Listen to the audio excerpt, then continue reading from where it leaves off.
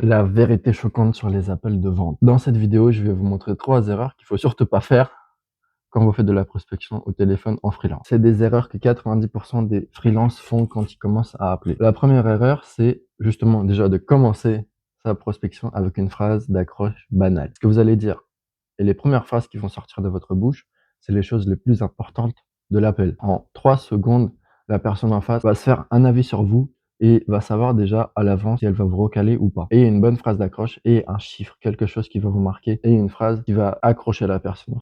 Par exemple, vous pouvez dire: «Bonjour, je suis Adrien, je suis freelance et si je vous dis que c'est un appel de prospection, est-ce que j'ai ruiné votre après-midi?» Blanc, OK? Là, tu laisses un blanc et la personne en face va te répondre. En général, elle va te dire: «Désolé, j'ai pas le temps, je suis en réunion, machin, machin». OK, je peux comprendre. Est-ce que vous serez disponible semaine prochaine? Est-ce que vous serez disponible en fin de semaine, demain, après-demain, jeudi à 14h pour qu'on échange? Tac, et là, soit tu as un rendez-vous, soit elle va te dire: «Non, désolé, je suis pas disponible». Tu as accroché son intérêt et elle va te dire: «Non, désolé, j'ai pas le temps, je sais pas vraiment ce que vous faites en fait, moi ça m'intéresse pas». OK, bah, creusons, tu creuses, tu creuses, tu creuses, tu creuses, OK? Toujours tu creuses. Le meilleur moyen de creuser, c'est de poser des questions. Tu dois toujours poser des questions et point très important, tu poses des questions ouvertes. Si tes questions sont fermées, c'est-à-dire si on peut répondre par oui et non à tes questions, c'est finito, OK?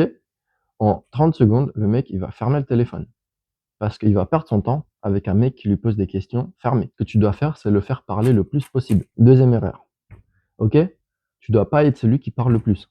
Tu dois poser des questions, mais c'est lui qui doit répondre à tes questions. OK, il va te poser aussi des questions, tu vas répondre, mais dans un premier temps, c'est toi qui poses des questions. C'est toi qui dirige la conversation. OK? Même s'il a pas le temps, même s'il est occupé et cetera, c'est toi qui poses des questions, c'est toi qui dirige la discussion et c'est toi qui décides quand mettre fin à l'appel. OK? Même s'il te dit: «J'ai pas le temps, désolé, rappelez-moi à une telle date, à une telle heure». OK, bah, très bien, je vous rappelle.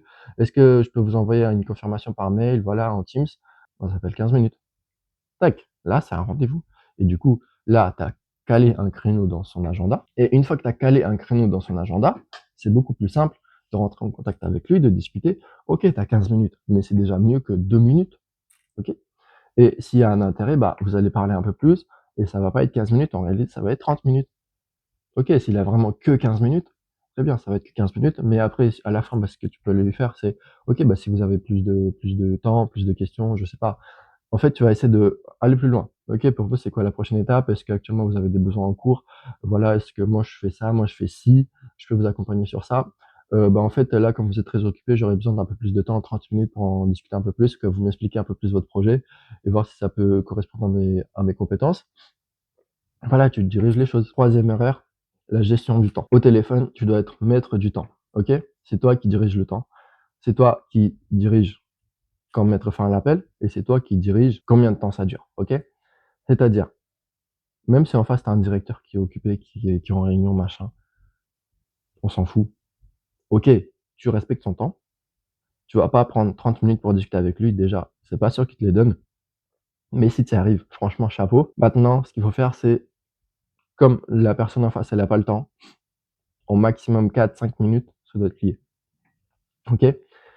Donc tu dépasses pas plus de 5 minutes parce que le mec, peut-être qu'il s'est absenté de sa réunion pour te décrocher, qu'en fait, il pensait que ça allait être, l'école de ses enfants, tu vois? Il connaissait pas le numéro, donc il a décroché. Là, ce qui va faire la différence, c'est ta personnalité, comment tu te vends et comment tu poses tes questions. Est-ce que tu poses des questions ouvertes? Est-ce que tu poses des questions fermées?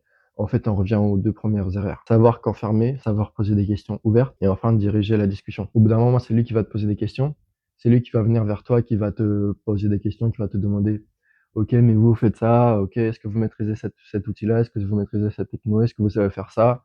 Avec qui vous avez déjà bossé et cetera. D'accord, ça c'est très positif du coup parce qu'il s'intéresse à toi.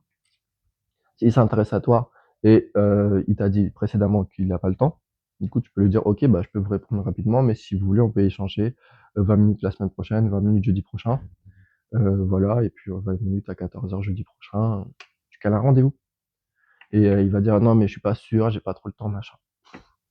C'est un mytho, c'est un mytho. Il a toujours du temps, il a toujours 15 minutes. 15 minutes, ça prend pas énormément de temps en fait, c'est 15 minutes, quoi. Et enfin, je vais rajouter une autre chose, c'est en quelque sorte une erreur supplémentaire et cette erreur-là, c'est le body language. Je parle bien au téléphone. Le body language au téléphone est très important. Si tu souris, ça s'entend.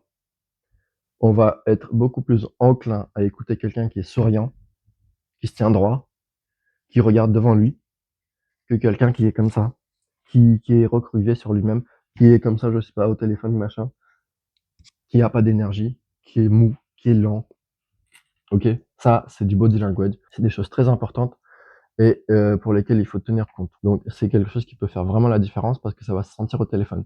Si toi, tu as une bonne énergie, si tu as une bonne vibe, si tu te tiens droit, si voilà, si tu dynamique, tu prends des notes à côté, soit sur ton clavier, soit sur ton cahier. Tu as un casque sur les oreilles, tu tiens pas ton téléphone comme ça entre ton coude et entre ton épaule et ton oreille.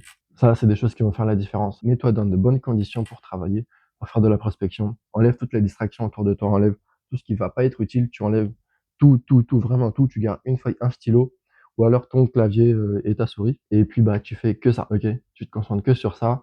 T'es au téléphone avec le gars, avec la personne, et puis t'es vraiment présent dans le moment présent.